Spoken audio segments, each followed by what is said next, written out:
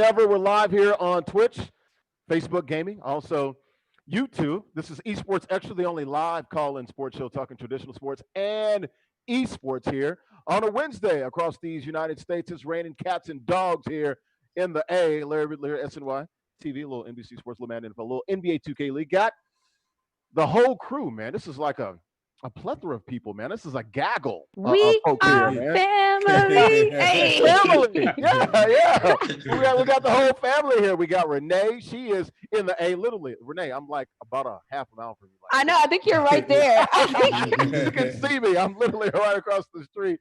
We got A. Willie. No hoodie. It's hot as hell in DFW. What's up with you, Willie? What's good? Yes, it is hot. So I had to come with the t-shirt today for sure. T-shirt. I'm rocking a t-shirt too, baby. We got Duran Worrell. Duran, are you still down there swimming in the fountain of youth? Yes, and it was pouring cats and dogs here, so I was literally swimming. And of course, we got the guy, OG King Kurt, man, on the eve, I guess, of the NBA 2K League playoffs. He is joining us here on Esports Extra. OG, man, me and you both are running late today, man. What's your excuse? The league has loaded us up on content, man. It fit, so I didn't think I was gonna make it, but Come on, playoffs. Playoffs. Hey, well, we're 15 minutes late, man. We're gonna try to get out of here at 8:15. I promise Renee, of course. I know, and I literally, you guys, I'm just gonna throw up the deuce at 8:15. I just have to leave, so I'm just gonna, I'm gonna hit you with a sorry, Coach K. It's really Coach K's problem. He's like, Larry's like, yeah, bye, and Coach K is like. So this is Renee, Coach K, talking about the 30-point rule right here. Like, hey, we gotta get off the sticks. You ain't gotta go home, Coach K, but I got to get up out of here. I gotta get off. I gotta get off. I got to go too, Renee. All right, let's get started, guys. We're talking NBA. Of course, the playoffs started Monday night. It's on a Wednesday night. So the I think all 16 teams have played now. So we've got series lead by 8 of those teams. We'll talk about the Lakers. We'll talk about the Bucks. I like big Bucks, but they did not look good last night. Home of the Bronze Fonz, Bruce City. We'll talk about NBA training bubble. Going to add those. I guess they're calling them the Delete 8. We'll see if those teams get added down there in Orlando. That's for you, Renee. Jason terrible name. Oh, it's true. It's absolutely true. It's a bad name, but it is absolutely true. You didn't make the playoffs, dog. So, yeah, take that up with the league. We didn't come up with it. We'll talk Jason Wright as well, young brother that's going to be the president, the first Black African-American president of the Washington football team. No more tip jar money for me. I'm not calling them the R word again. I'm trying to erase that from my memory. I'll freaking put Purell down my throat like the president said. Maybe that'll help. We'll talk. Give that advice, LL. I know, right? We'll talk Alex Smith since we're talking about the Washington football team. We'll get into that. Chiefs fans. Now look, Patriots.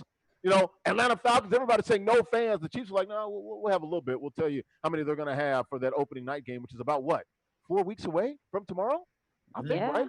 Holy cow. Around there. Yeah, September the 10th. I believe it is 4 weeks from tomorrow. So we'll get into that as well. The CFL will not have a 2020 season. We'll talk about that. The SWAC got some dates for the spring. We talked about that last month. We'll get into the Southwestern Athletic Conference. We'll talk about that. More than a vote. And she is more than a queen. She's more than a friend. She's more than a baller. She's more than an activist. She is an all-around nice young lady. She's a scholar too, as well. Her name Montgomery. We'll talk about that. We were together a few nights ago, and she was on the phone, folks, with LeBron James. Okay. So we'll talk about that too. Am I lying, Renee? Am I lying? You are not lying. Okay. You are Sure. Keeping a buck. We'll talk about that. Also, the NBA 2K League coach Ivan Curtis, OG King Kurt, will break that down for us and compete forever. What are we on, Coach K? Episode 12 this weekend? I think it's me and Renee, right? Polk State College, back from July, right? We in there.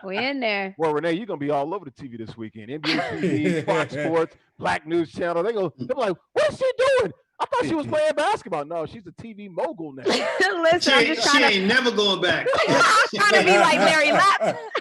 I'm trying to be like Larry Laptop. That's it. All right, let's get started because me and Renee, we both have to go in 56 minutes. We'll start here. Go ahead, Renee. Let me do the math. I'm trying to do the math, make sure. Okay. Hey, baby, I tell my kids, if you can't do nothing, be able to count money. You know what I'm saying? That's We a can universal count language, no we can count in question. the Ridley house. Music and money is universal. Ooh, We'll, yes. we'll start with the Lakers last night, guys. Willie, I thought about you last night, dude. We were watching it at my hotel in Lexington, Kentucky with Oh, my high school man. football teammates. I thought about you. 19-6 run to end the game. Lakers up 6 with about 6 minutes to go. They lose by 7. A 19-6 run by Dame Lillard. It was Dame time. It was Gary Trent time. It was CJ McCollum time. It was Hoodie Mellow. No, Bubble Mellow time. Ooh, bubble. Yes, sir.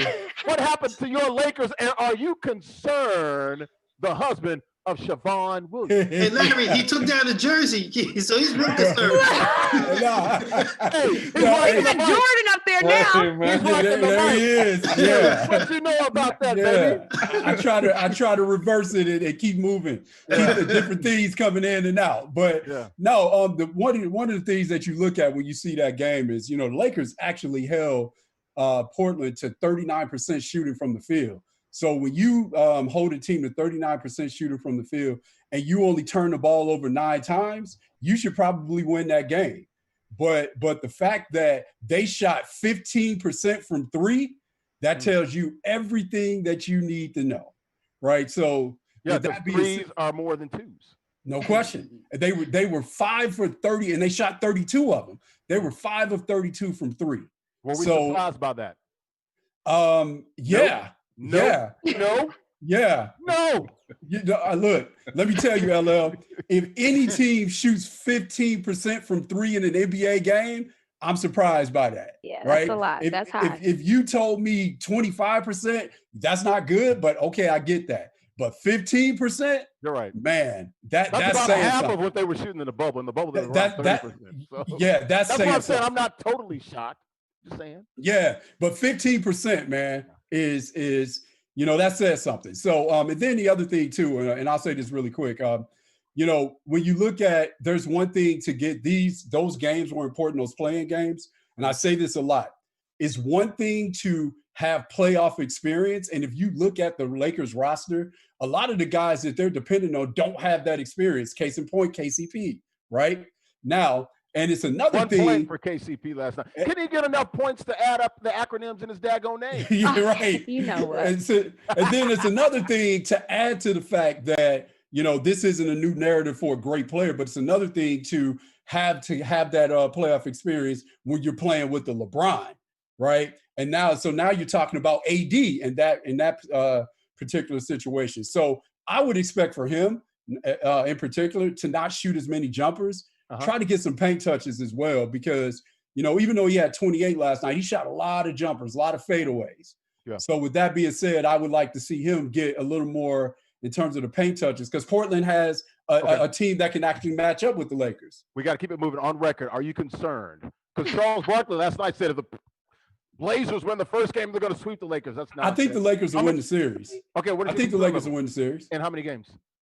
I think that it'll take 6, but I think they'll win it. And look, I'm going to say this really quick. Okay. It's not atypical, because when the Celtics in 08, when they won the title and they were 66-16, they won 7 games in the first round and the second round. Yes, exactly. They win the first road game until game 6. You know why? Because I was there, dog. There you go. Hey. So it's not atypical to see this, right?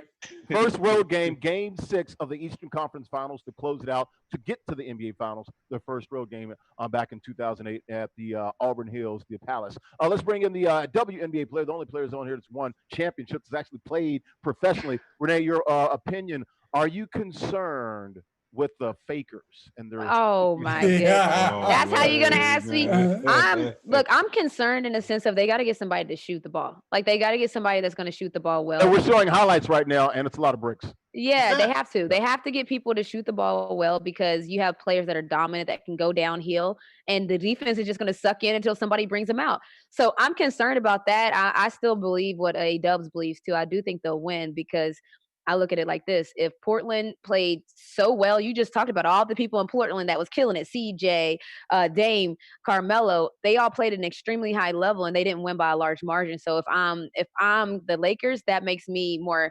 comfortable, because we didn't play well. They played amazing and they barely beat us. I'm going to push back just a little. I don't know if Portland played their A game last night. I don't think they played well. Exactly. That's what I'm saying. So I think they played well. I think that's what you can expect. They played better from than them. LA, but I don't think that was their A+ game. I think that was maybe a B+, maybe. But okay, but if you play your B+ game, okay, let's even give it. B game for let's give them a B+ game. I'll give the Lakers. I'll give the Portland. Okay, they played B+. Sure. The Lakers. What do you think they played? Probably C+, B, B-, C+. B-. I don't think they did. I mean, if they shoot 15% from three, 15%. And look, Larry, No, and they shot no. 64% from the free throw line, man. No, That's the other thing. What I'm going to say is they're not a good three-point shooting team. Look, if they hit 3 more threes, they're at 30%. So okay, that's two, three, right? you know, Yeah, and this, like you're saying 3 more threes, like Yeah. the Portland Trailblazers didn't hit 7 in like the last 2 minutes. That's a lot of threes. That's a lot of points when you're talking about these games. And no, I think the Lakers played actually very, very poorly. I do. I think they played very poorly in fans. like free throws. Laker fans. Okay, the stats don't lie. Derwin, get in here, Derwin. You Just got saying, my back. man. Look at Sipping his tea. Derwin, what you got? I'm just here Spill for the the tea, excuses. Derwin. I'm just here for all thank the you. excuses. Thank you, Derwin. Because- Thank you. Listen, I don't have a dog in the fight. No, listen. I'm Team Dame The too, Lakers- by the way, the if everybody Lakers- doesn't know. Right, That's true. right. That's true. That's You true. can't flip flop. You got to pick a side. Don't let it go. Don't let it do it. I'm to you, not Derwin. picking a side because The I don't have Lakers- any allegiance to either team. Gooses are cooked. Period. Well, let's see. That gun it, Derwin. No, Every no, time, no, Derwin. no. I'm I about to said get on that. your side, I and then said you go that. all the way over here. I let y'all talk. Uh-huh. Now, All right. for what I saw last night, Lakers got a problem because So they're never going to win a game ever again, right? I think they'll win a game. But see, the way Portland You're saying plays, the number one seed is going to win a game? Oh, my okay, goodness. number one seed, but before COVID, because I only care about what has happened in this bubble, what I've seen in this bubble. I don't care about what record they amassed before we went into this whole bubble thing. But for what I saw last night, Portland will do enough to keep you in games. Portland, if they would have cut down on their turnovers and rebound a little bit better, that game shouldn't have been close. Nobody rebounds good against the Lakers. That's what they're known for. And then it just drives me nuts when people talk about LeBron James and they want to put him in the same breath as a Michael Jordan. I don't care about his triple-double last night. When I saw the 2 biggest stars that they have supposed to be in the NBA, yeah, he had a triple-double, but he got a triple-double against a team that's a liability defensively. Yeah. I'm not impressed by that at all. You're not impressed by a triple-double. Well, I mean, it was. He wasn't dominant. You it wasn't. got to be dominant. I agree. He's not a killer. like- LeBron James is not a killer. That's what it comes down to. Why is your center, why is your best player on the perimeter shooting 5 threes? Get your behind in the box. That's been the case for weeks now. Yeah, but I'm saying, Yep. and Kenny Smith hit on a point last night when he was talking, when he played, he was the guy that will always come down and double. I mean, back in the day, you had real centers that played in the post, like your Akeem Olajuwon. You had to come give help. If AD's on the perimeter, there's no need to double anybody. LeBron's passing the ball. He's not being dominant. He's not crushing anybody. So you don't have to worry about that. I'll give you that. I'll give you that. So that's easy for Portland. Good point. I agree. I agree with you. It's just sometimes, you know how you are, Derwin. You go way extreme. It's extreme. There's no mean, middle. There's no Shaq I'm and being quiet. there's no Shaq and there's no Kobe out there. I see LeBron and AD. Derwin, do you have And I'm any, not. do you have any watching gray that. clothes in your? Do you have any gray clothes in your laundry or in your suitcase or in your closet? Because everything's black and white with you. Anything gray in your wardrobe? Anything? No gray area. There's no middle I mean, point for listen, you. we can sit up here, we can throw numbers, Antonio threw out some numbers. I could throw out numbers too, but I Yeah, go by what I numbers see. don't always tell the story, Exactly. And what but I saw if you last have night. no one making Derwin, shots. I'm not throwing. Look, hold on, Derwin. I got to Come say on, something. we got to get man. OG in here real quick. No. I got to say Real quick. something to Derwin. Okay. I don't know where throwing out numbers becomes excuses. I just told you why Portland won. That's not an excuse. The Lakers shot 15% from 3 and shot 64% from the free throw And line. you forgot That's to not say- an excuse. But you forgot That's to not an say that they excuse. shot 35% from the field. Okay, but that's not it. But it's not an excuse. I'm not making excuses. This is a I'm telling you why they You're acting- lost. But you're acting like this is not Hey, going Willie. to be a reoccurring theme. Hey, This is Willie. who they are. Hey, Go Willie, ahead. what is the NBA? It's very simple. It's a It's a make or miss league. make or miss. Hey, there you go.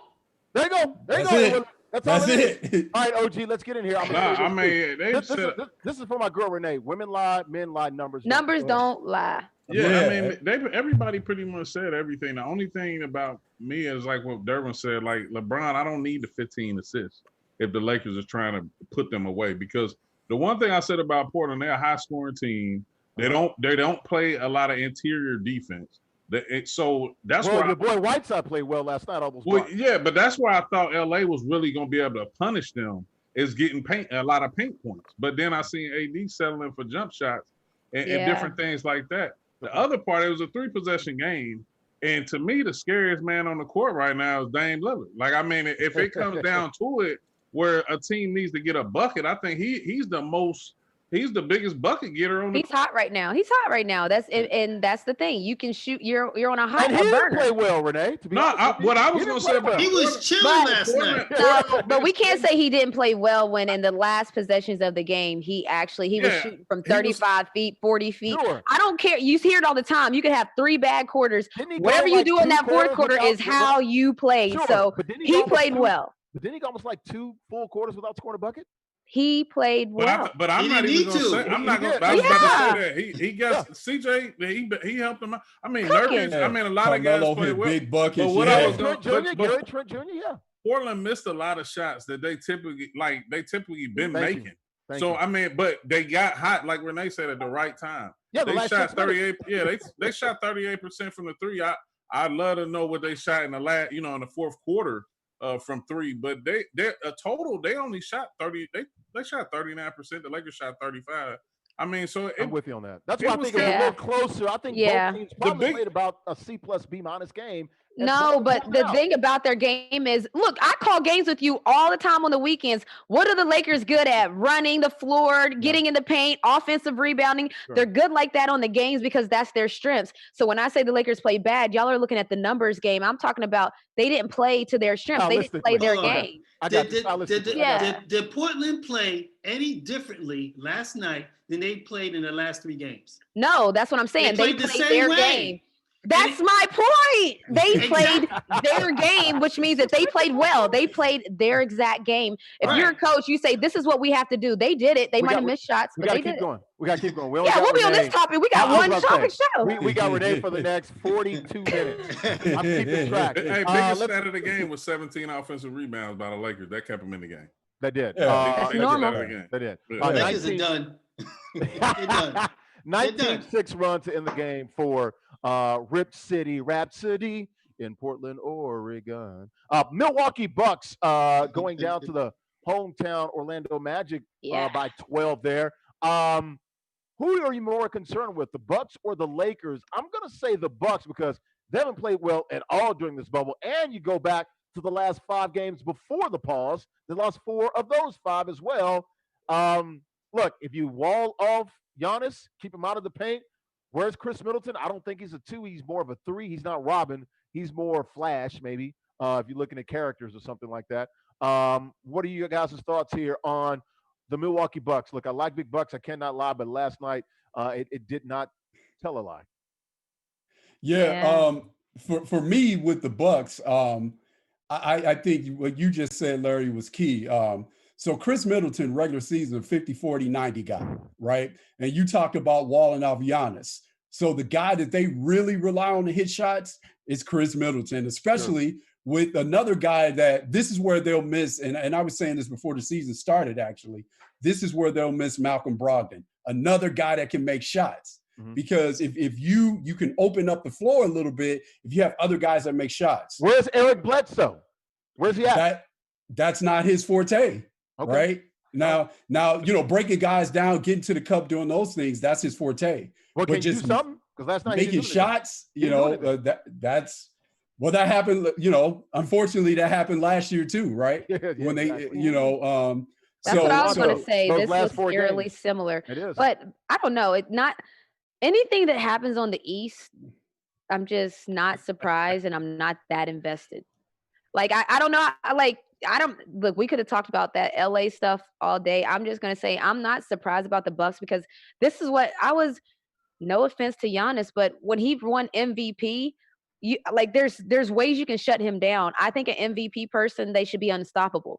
and I saw people shut Giannis down on different occasions by doing different things. So I think that this is what is expected until he knocks down the shot outside on a consistent basis and is a threat there.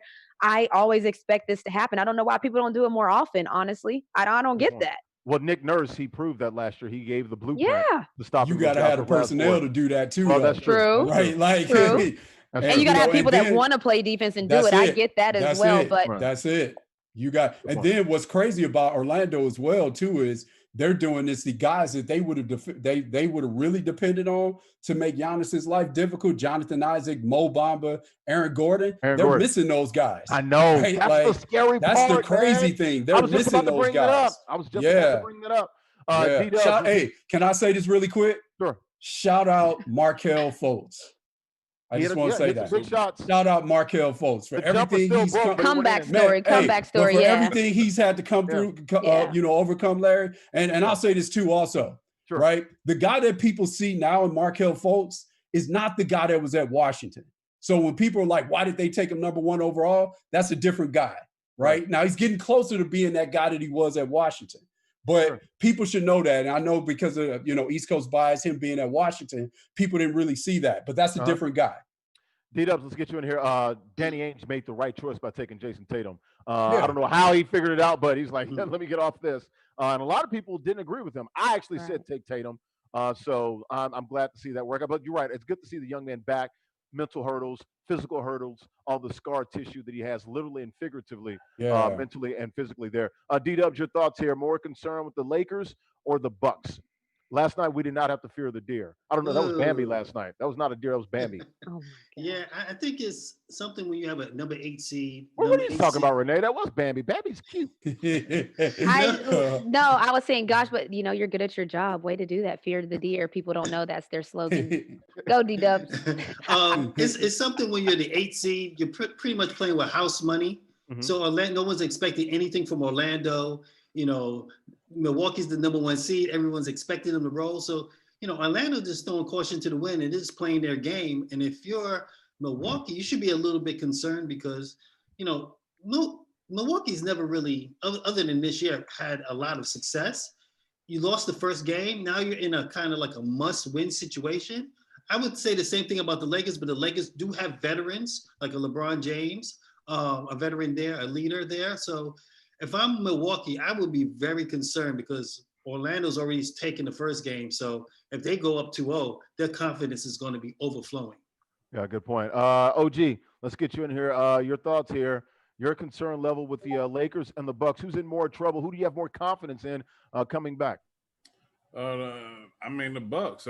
It's one Buck and the rest and a bunch of whammies. Like that's how. Bucks no whammies. Bucks no whammies, baby. That's all it is. Plus your luck, baby. I said with Milwaukee, they're in a situation. Renee called it like he can't make perimeter shots.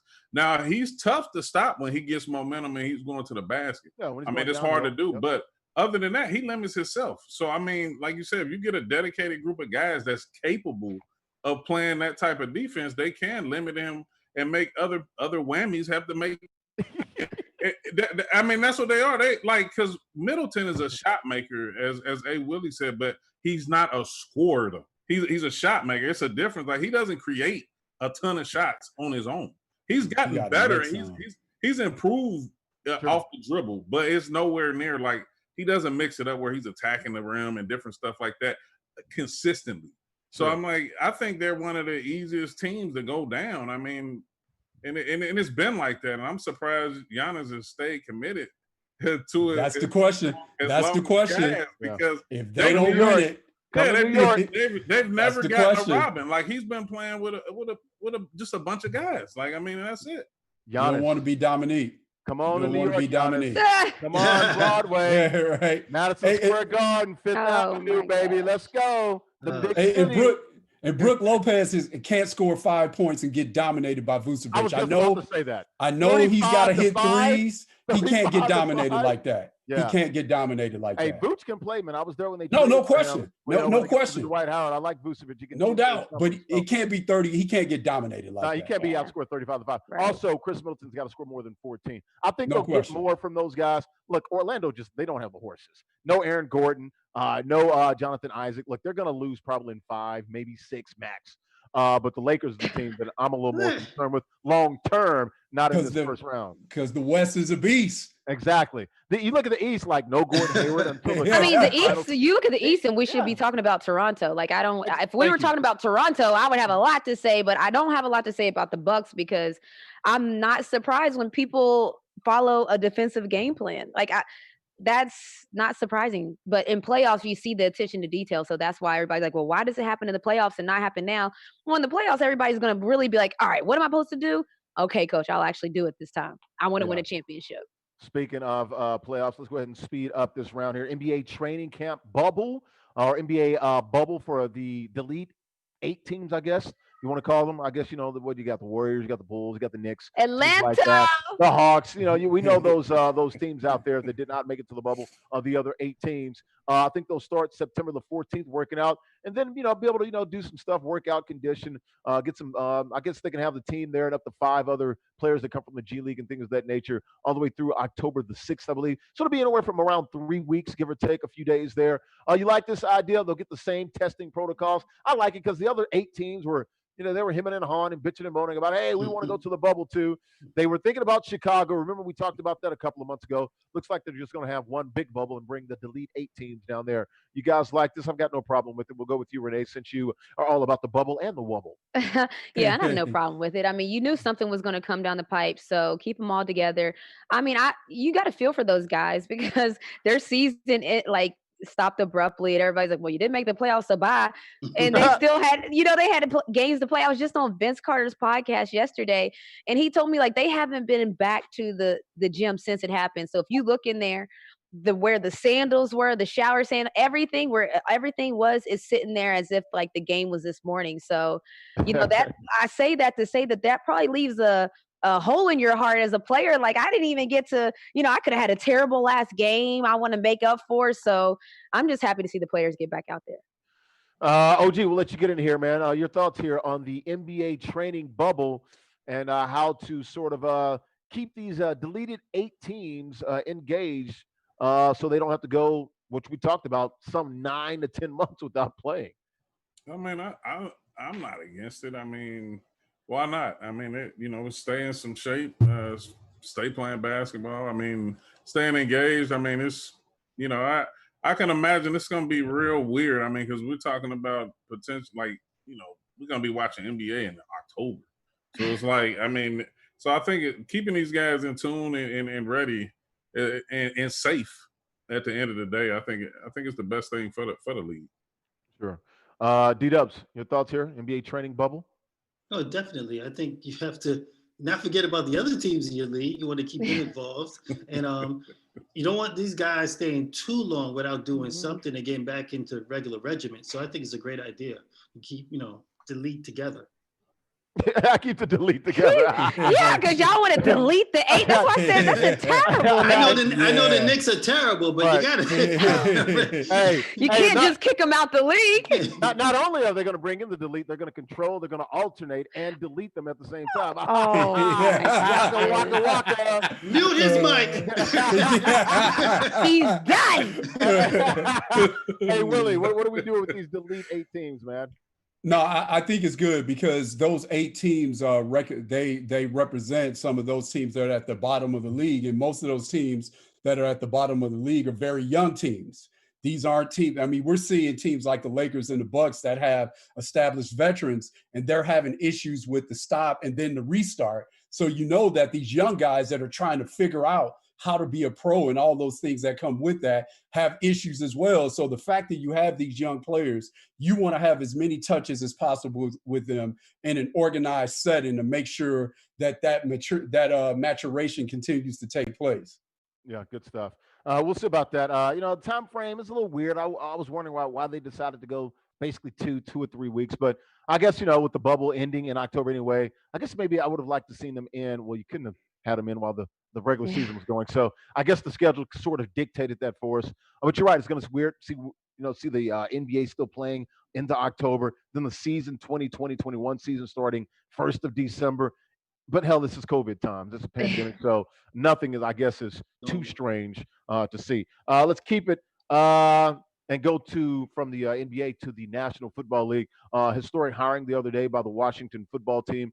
Jason Wright, former NFL running back. I think he played 7 seasons while I went to school at Northwestern.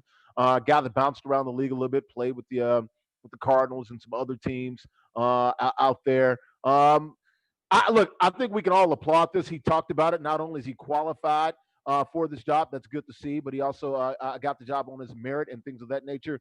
But how much skepticism do you have for the Washington football team? Bringing in my old colleague, Julie Donaldson. Now they got the black guys. The president is like, how much damage control are they doing? Is there any skepticism? Look, we're winning. Females are winning. Ladies are winning. African Americans are winning. You better know it. But we do need to be, sort of, transparent here if we can. Okay, yeah, I see what you're getting at. I see what you're getting at. And here's the thing. So Washington, and I will not add to the money jar. Washington, they need to show people that, because here's the problem. Washington knew for a long time that their name was not acceptable, right? Because the community has came out and said, no, we've talked to them about this. It's not acceptable. We didn't like it.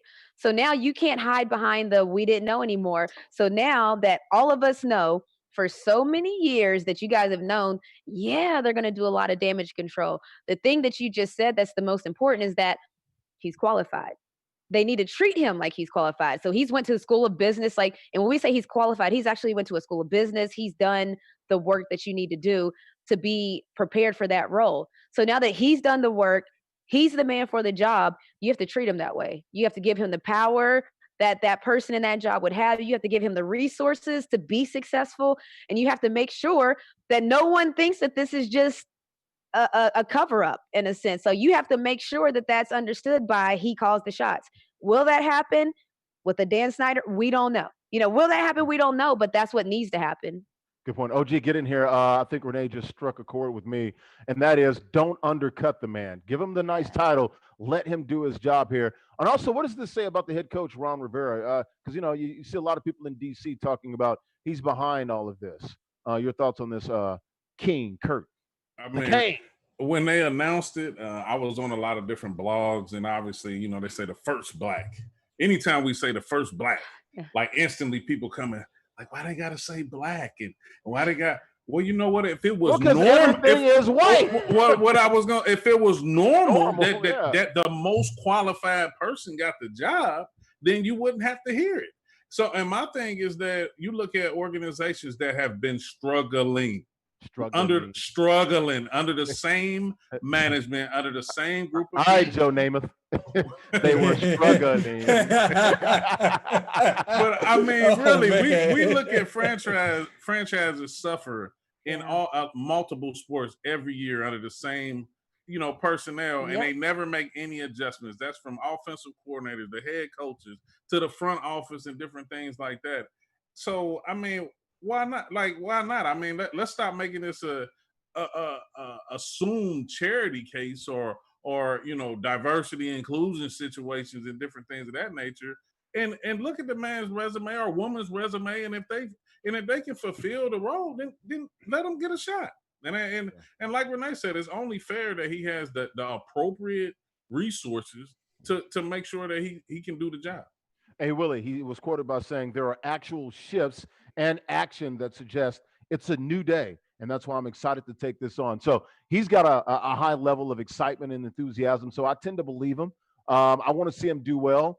Your thoughts on this young man becoming the first African-American team president in the National Football League? I echo all the points that Renee and OG made before I started speaking about this. One of the things I want to say is Richard Branson has a quote, and he always says, don't be afraid to take a good opportunity that you're not ready for and grow into that. Let's make one thing clear. That advice doesn't apply to people that look like us. And I'm keeping it all the way funky, right? Keep it That's right. We don't get jobs that we're not ready for and get the opportunity to grow into them. Mm-hmm. So it's always this thing about when we get these positions and we're the first, it's always talking about, well, he was qualified. Wait a minute. Of course he was qualified, because that's the only way that we are sitting at the table. Let's be honest about that, right? So with that being said, to you all's point, because he is qualified for this position, I would really like him to be empowered to do the things that he needs to do. And you can look at it from both lenses, because the other thing too, you look at the Houston Astros now. Dusty Baker got that job. Yep. It seems as if we continue to get these jobs when these places are in absolute chaos. Turmoil. Yeah. Right? He did get a contract extension out of it. He just got a It's- contract extension. Right. It's like we get these positions and it is absolute chaos. And we've seen this in the highest office in the land. Because remember when President Obama came into office, what we were going through from an economic standpoint. Crisis. Right? Absolutely. So these things seem to happen. So yes, we have to keep the momentum, as borrowing a Renee term. Yes. But we also have to be mindful about the doors that we're walking into, and what are the conditions when we walk in there. And to you all's point, are we really getting the full reins to do what needs to be done to make this a more palatable situation? Derwin, your thoughts here? Jason Wright, you like it? Of course you do.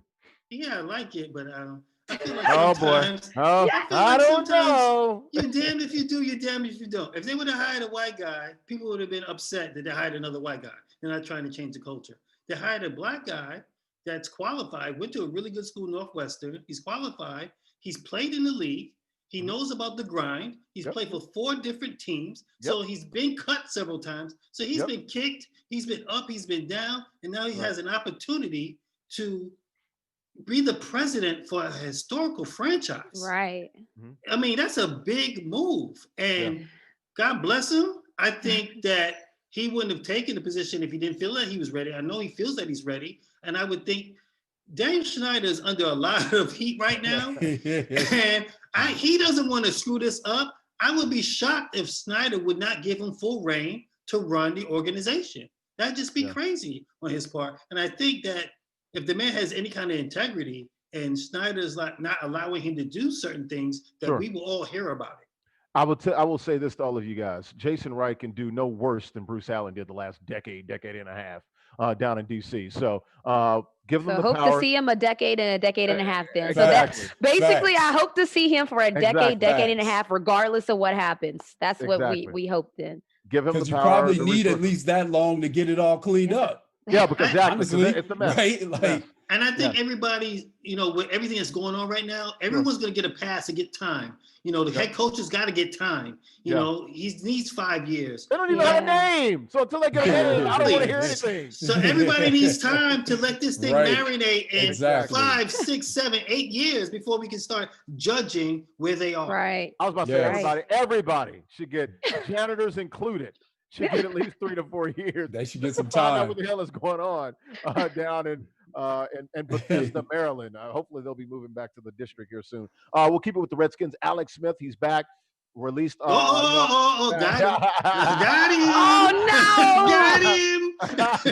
Hey, just that quick. You said they don't even have a name. And we'll keep it right here with the Washington. The Washington football team. I'll put $1 in the tip jar. Absolutely. Washington. I'm going to start calling them just Washington. That's Washington. it. Alex Smith, he's back. Of course, we saw the gruesome leg injury that he suffered almost 2 years ago. I think last time he played was November of 2018. Still has the sleeve on. Look, it's a feel-good story. We saw the kids and things celebrate on his birthday when he got the announcement that he was going to be off and back and activated, the champagne and things of that nature. I'm just going to take a break here. I just want to pause here because that's a scary injury, dude. And he still has that sleeve on there. Put it this way. I just want to see a little more. Look, I'm happy that he's back, but there's no QB competition right now. Until he gets hit, someone gets around that leg. We're still weeks away before I say, okay, he's fully back. But it's good to see him out there. What say you guys? His story. I mean, his story is pretty crazy. He had that flesh-eating disease. I mean, it's, we all know the story, the flesh-eating disease. He wasn't even supposed to live, much less walk, play, all of that. So it's a feel-good story. You just got to, I root for people that, I know that rehab process for players that just had an ACL. He had 17 surgeries, I believe. So I'm just happy to see him running, jumping, playing football. I like whether or not he'll be successful, I don't know, but I just understand that rehab grind. And so I'm just happy to see him clear waivers. And Willie, basically what I'm saying, look, we're all rooting for him. That's no doubt about that. I'm just saying the expectation now, you're seeing some reports. Oh, he's in the QB battle. He might get the start. I would start him over, Dwayne Haskins. I'm like, just hold it a little bit. Let's see him do something under fire, just a little something before we make any sort of judgments. Is that fair? I'm not trying to rain on the parade. I'm just trying to see both sides of this and be fair. Am I being fair about this? No, I absolutely think it's fair. And the other thing too, we've talked about this before. And I'm not saying that the Redskins aren't doing this. Oh, geez. Well, Washington throw it in the team, jar. like, Washington. that really bothers me that I said that. I know. That bothers me. Yeah. I hate it for you. Yeah, no, that bothers me. No, you don't, Renee. Stop that. You don't. It ain't gonna happen to me. I can tell y'all that right now. Because you're careful. I watch my words before I say them. I know what I'm gonna say. I ain't never had one reason to mention them ever in my life, so, so I'm not gonna do it. Well, you're a Giants fan, so yeah, that makes that's sense. right. Go ahead, hey, Willie, real quick. No, I'm saying, the thing that you have to do is you have to make sure that, to your point, Larry, you have to save the player from themselves, because we're so competitive and you're taught to play through anything. And he's coming back. He's trying to do everything he possibly can to get back on the field. So you have to temper those expectations and save the player from himself and go and slow walk this thing. Yeah. OG, let's get you in here. Your thoughts, Alex Smith, on the Washington football team. Yes, thank you. Me personally, when I seen the video of him coming out and walking and his kids running up, like for mine, like it's two things that one out of these two things you don't want to walk away from professional sports being. One is broke, and two is not healthy. Right. And broken. Broken. Right. Broken. Right. So for mine, like when I see when I see that video is like, bro, hang it up. Like, hang it up. Like, get healthy to the point where you can be active with your kids, watch them grow up and different things like that. Now I know the competitive nature of athletes. I know competitive. Absolutely. Yeah. So I get that. But at that, all I see is those kids. Like and different things like that. And he's battled through a lot. And to be able to come out and even be where he's at right now is a blessing. And just like I said, at this moment, with everything going on, a lot of uncertainty in the world, but the one thing I've seen is his family. And that was the main thing I thought about. So I'm taking the family mushy approach to this. And it's like, man, just, be healthy and be there for the kids. Derwin, your thoughts, Alex Smith back. Do you think he comes all the way back? You think he'll start maybe week 1? Because we're hearing stuff like that. I'm like, guys, please, just hold the horses here. Let the man get back and let him, sort of matriculate him, his way through the system, and maybe we'll see him at some point. I remember on this same program bringing his name up about a month and a half ago when Cam didn't have a job. Oh, no. And Cam didn't have a job. And we talked about what teams that Kaepernick and Cam could go to. And Jacksonville came up. Washington came up. And I also said Alex Smith is still there and that he is owed $16 million. And he's still on the roster. And I kind of wondered, they didn't cut him and he's still there for this year. I'm not betting against this guy. He was a decent quarterback. He wasn't a top tier quarterback, but he's been to NFC Championship multiple games. playoff appearances. He's look at what they have now at quarterback. And Ron Rivera didn't draft neither one of these guys. So Alex Smith is, if anything else, he'll be good in the locker room. He might be a mentor to help the young Haskins come along. I think he's good for that team right now. And he wasn't a big down the field thrower anyway. He did a lot of checkdowns and he was mobile. I still think that at the end of the day, he's going to be able to play. And I would not shock me if he pushes Haskins, the young quarterback right now. And Ron Rivera, he wants to win some games. He wants to change the culture. And Alex Smith has been cleared to run the practice and stuff. I think that I would not shock me. I don't know if he'll play week 1, but who knows the offense better, at this point. Well, they're all new to it, but he's got more experience. So he's probably new coach. He has experience. He's been in the grind before. He's like 35 years old. So I'm not betting against this guy. His guys come all the way back. It has, comeback player of the year all written all over it. Yeah, and you look at his record. Like you said, been to an NFC Championship game, multiple playoff appearances, low turnovers, doesn't turn the ball over, doesn't have a big arm, but he's been in some big games. Um, it was a real good mentor. Pat Mahomes talked about this the other day. So here's a guy you definitely want in the locker room. We're all cheering for Alex Smith. Keep it with his old team, the Kansas City Chiefs. Real quickly, about 15 seconds apiece, guys. What do you think about this attendance thing? They're looking at 22%. I think that's the number, around 16K. What's that going to look like at Arrowhead? And what do you think about the other teams? 30 seconds or less, Falcons, Patriots coming out and saying, look, at least at the beginning of the year, no fans at all. So the competitive balance or imbalance, Derwin, for you with fans in some stadiums and not in others. I don't like it. I don't like it at all. I wish that it was just empty. Everyone be empty. Saw a report, Adam Schefter saying that now the NFL's thinking about piping in crowd noise, which I personally think is ridiculous. Just before we got on the air today, Seattle, the Seahawks, they put out their schedule. Their first 3 home games, which is game 2, 3, and 5, no fans at the link. And then you count that in with their first game is in Atlanta. And Atlanta at this point has not said for the regular season whether they're going to have fans yet. And then week 4. Well, the last thing we heard from the Falcons were somewhere around 15,000. We did that story. Yeah, but I wonder if wasn't that preseason though when they thought they were going to have a preseason? Well, because that's a good point. That was the last we heard of. Yeah. Right. So we don't know for the regular season, and then in week 4, Seattle goes to Miami, and they don't know what they're doing yet. So you got a team in Seattle where their first 5 games they might not play under any kind of crowd noise at all because it's going to be empty stadiums, and then who knows? Week 6.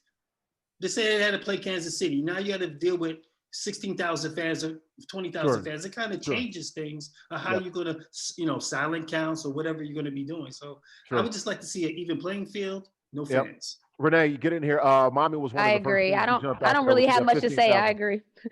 I agree. Okay. I agree. I think it should just be level. Like, that's it. I don't know about that. This is football. This is a man's game right here. It's American. No, I think that the NFL needs to make a rule. Either people are going to have fans or people are not going to have fans. It should be level across the playing field. It shouldn't be each team can decide 22%, 25%. We're going to do 30 level. But here's your problem. You got guys like Jerry Jones who wants to open up Wally World. He wants to make money. And he's one of the leaders. That's why it's the NFL's decision. That's what I mean. You don't let a owner decide. That's my point. Hey, Willie, get in there real quick. That's exactly right. So the Hunt family, where are their ties? Texas ties, right? We just said Jerry just came out and said, I'm having fans and this is what we're doing, right? So shortly after that, Kansas City says, you know what? We're going to do that too. And so, and then for me, what's concerning is you look at North Carolina, they just had a big outbreak at UNC. Notre Dame just moved online with classes. Michigan State just moved online with classes. So now you're going to have these things where you have 16, 17, 50,000, whatever the number is around. You have these people around each other. Now you're just opening yourself up for outbreaks, pods or not. And that's exactly what they're doing at universities with these pods. Didn't stop anything. Yeah. OG, get in here real quickly, 15 seconds, your thoughts. I want to just get your thoughts on not only the Chiefs, we talked about that 16,000, 22%. Are you okay with not having a uniform policy when it comes to fans in the National Football League? Hell yeah, I'm okay with it. What about you, OG? Yeah, I mean, I'm okay with it. Football, man. What are we doing here? I mean, the other fact, how dare y'all talk about a man who handles stuff with grace? But, shout out to Serena Grace. What up, baby?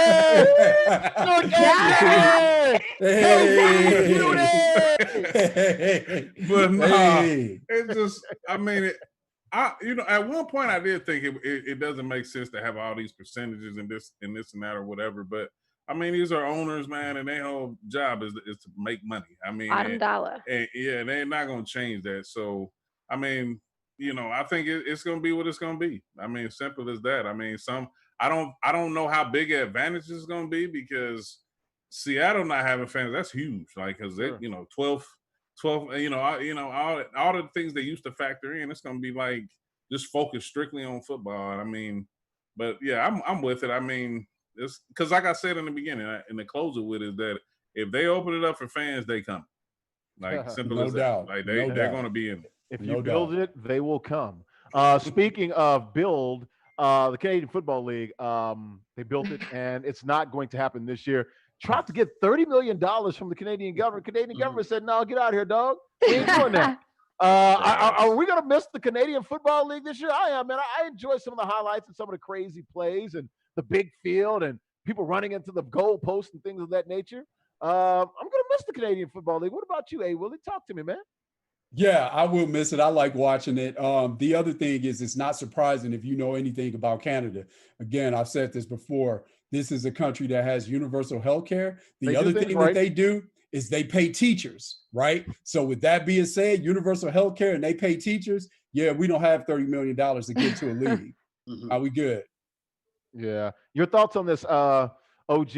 No Canadian Football League. They couldn't get the emergency funding, I guess, the $30 million. So they're coming back in 2021. So we will not get to see the Eskimo football team, the Edmonton football team. No Eskimos, just the Edmonton football team. You put some money in the jar, LA. Yeah, that's equal. Yeah. The Edmonton football team, OG. Goodness. I'm gonna start it out with this. Uh-oh. With all due respect, Uh-oh. I don't watch the Canadian. So you ain't the only one. I mean, I'm not. We'll see you next year. I mean, that's about as simple as I can put it. I mean, with all due respect. Derwin, Canadian Football League, man. I mean, look, it's a league. There are people that got families and things of that nature to take care of as well, man, right? I mean, it's they got their own fan base in Canada. People love their football too up north. And don't poo-poo on them. In smaller numbers, but you're right. Yeah. Yeah, Winnipeg and Edmonton and Toronto Alouettes Hamilton, and Montreal. Yeah. So, people watch it too, but they need money at the gate, and they weren't going to have any fans, to pay, to function. So that's what killed them. So now you're seeing the difference between the CFL and the NFL.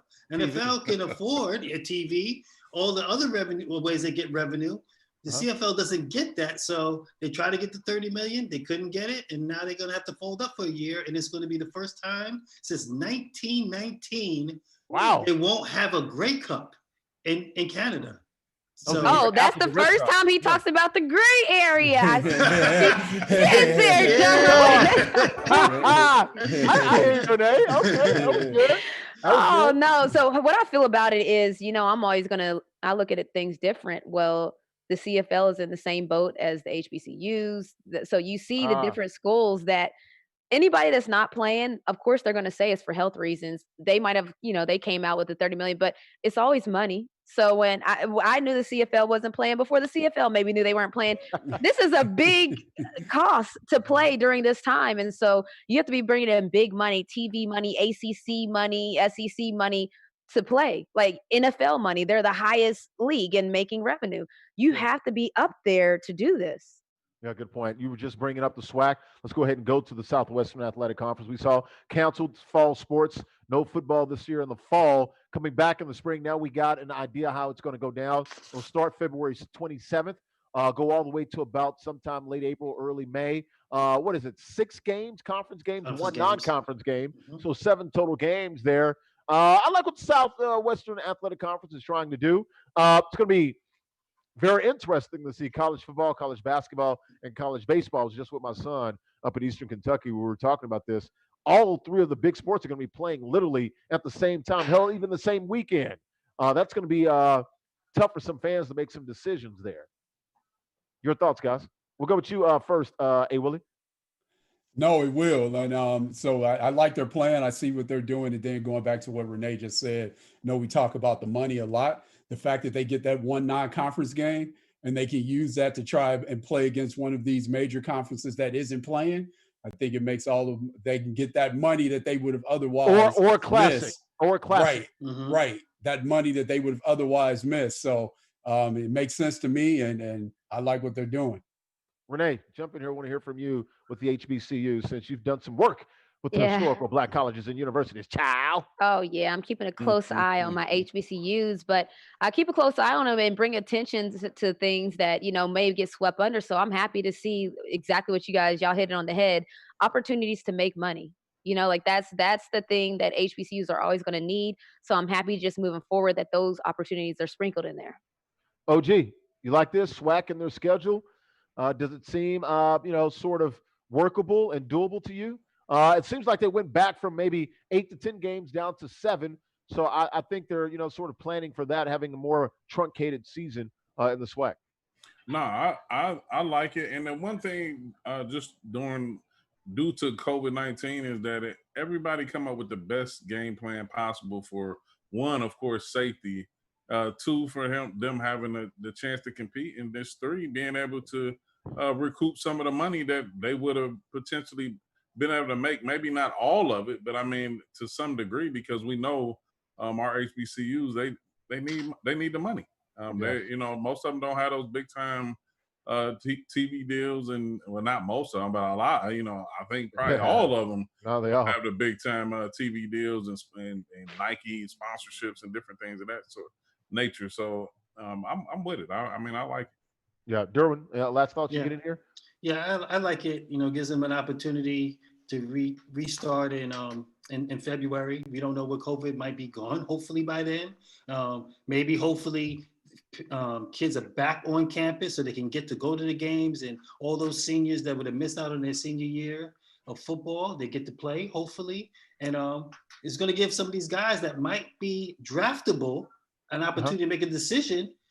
February, that's around combine time. Do I play football in the spring, or I just concentrate on getting ready for the draft? So a lot of decisions could be made around that time, but I'm glad that they have a plan and they have an opportunity, hopefully, to, start something fresh for next year. Also, weather, playing basically start of March instead of playing in January, get those extra 2 months to get some better weather. But they're playing down south. You look at Mississippi, Louisiana, places like that, Alabama, Texas, things of that nature. Shouldn't be too much of a problem with the white stuff or snow down there. Real quickly, more than a vote, Renee. We saw we were together the other day. Saw the conference call, Maverick, LeBron, and those guys. We're putting up the names right now. Coach K, you're one of the, I think, about 4 dozen athletes, somewhere around 45 to 50 athletes that are taking part in this. Talk about the significance in this and trying to get people to vote. LeBron's opening up on some other people, Dodger Stadium. You guys in Atlanta did State Farm Arena. I think this is huge, trying to promote more voting in this country. We definitely need it desperately. Yeah, it's exactly that. People are getting creative with the ways to do voter suppression. It's getting real creative. All of a sudden, maybe the post office is going to stop. Never heard of that, but it's getting creative. And so to counter that, More Than a Vote is trying to be proactive and stop the ways that may stop people from voting or cause voter suppression. So it's really cool to just have that many athletes that feel that passionately about it. It's not, you see lists of athletes all the time. Very rarely do you see a list of athletes that are very passionate about getting people to the polls and the voting. It reminds me of a Diddy Rock the Vote Field, where it was the cool thing to do. Like these are athletes that are fighting for social causes, and everybody's like, whoa, that's my favorite athlete. That's my favorite athlete. All right, I'm gonna go vote. So that's hopefully, it sounds basic and it sounds simple, but you never know what'll influence people to go vote. So that's the whole goal. Big ups to you, man. I'm so proud of you, man. I got to see. I saw Coach James with the beard or something. At Junior's birthday party. I was like, look at Renee. I'm like, yeah, I held the phone up too. So I held the phone up for the photo. So it looked like LeBron was making an appearance at my son's birthday party. So I'm mom of the year at this point, obviously. Obviously. I'm talking about. No, but real talk, it's just would you expect LeBron to be on a personal call about something like that? But when the playoffs are starting and different things going on, but he vowed that. A lot of people overlook the fact that he said, I'm going to go play in the bubble and I'm still going to do these things. Well, I mean, he was literally on a call about that. And we know the playoffs are going on. So he's a man of his word. I will say that. Like, it's nice. People need to recognize when somebody really is stand up. This was on Sunday night. A hell of a pool party, by the way. Had some good food, some dessert, some good people, good family, and LeBron James and Maverick Carter on the phone. Guys, real quickly, about 10 seconds apiece. OG, D-Dubs, A-Dubs, your thoughts on Renee, our good buddy, our queen here, our little sis, part of this, More Than a Vote campaign, which I think is freaking awesome. It's great. I mean, Renee has done nothing but put herself out there, and she stood up for the cause, and she continues to do great things. I salute her. I'm impressed. I love everything that she's doing, and she's doing amazing things, and she's a role model. And it's just, I'm glad. This is awkward. I'm glad to call her a friend. You better take your roses. Take them now. No, thank you. Roses. Go ahead, hey Willie. OG, get in here real quickly. 10 seconds. I'm just honored to be, somebody I call a friend, a sister. I mean, creating change and fighting for what's right in America right now. I mean, like you said, the key thing is about getting creative and being more influential, and for people to vote, because we see a system is also trying to be creative in creating another narrative. So we definitely need that type of influence. And Renee, you've done a great job doing that, along with many others. Hey Willie, 10 seconds, go. Appreciate you, Renee. That's part of the reason why I had my daughter come and say hi to you. So, Jordan. Yes. So what you do, what people like my wife do, you all are so important. So with that being said, one of the things I like to say also too, and I've said this before, but I really want to say it again. We seem to be the only group of people that automatically attach activists to athletes, entertainers, etc. Like they have to be that once they make it. I don't necessarily agree with that. What I think is if that athlete or that entertainer chooses to educate themselves and be part of the movement and advance it, then by all means go do it. So I personally would like you to do that, but if you don't, that's your choice. Sure. But the fact that you are actually doing this and educating yourself on all the things that are going on and putting that good information out there, that's commendable, and we need you out here, family. Keep doing it. She's using her platform, and there are different ways to use your platform and different ways to help the cause. So I definitely really appreciate all you guys. Y'all gonna get me all warm and fuzzy now. Don't mess that's up why the you makeup. took that extra. Don't mess up the I know, right? I got something else. Kimberly, come. Don't mess up Kimberly's makeup. No, hold on, real quickly, Coach K. OG, real quick, get in here. 20 seconds. NBA 2K League playoffs. Oh yeah. You guys play them all. Go. Okay, real quick. We open up tomorrow. First game, 5 o'clock against Hornets Venom GT. That's on Twitch, YouTube, NBA 2K League. The follow-up game is Blazer 5 and Mavs GG. Those will be the first 2 set of games played tomorrow. And then on Friday, is it one and done, right? One and done, right? Yeah, this is pretty much it. I mean, so yeah, it's pretty much the winner of our series to play Raptors Uprising, and the winner of the Mavs GG and B5 play Utah. Okay. And then we'll be into our 18, and then we'll talk about the rest tomorrow. Good deal. All right, let's get out here, guys. Thanks for watching, guys. Let's go do it. Coach K back there pushing all the right buttons. Durham Real down there. Fountain of Youth. Royal, West Palm Beach down there near Punks de Leon and Okeechobee down there. A Willie and the DFW, of course, Ivan, OG King Kurt, the head coach of the NBA 2K League's Brooklyn Nets gaming crew. Back up there in Manhattan. I'll join you on Friday. We'll see you tomorrow, guys. Thanks for watching. I'm Larry Ridley, SNY TV, Madden, NFL, NBC Sports, NBA 2K League. I'm here in Atlanta. We'll see you tomorrow, 7 p.m. Eastern, right here, the only live call-in sports show talking traditional sports and esports, esportsXTRA, tomorrow, 7 p.m. Eastern. Bye-bye.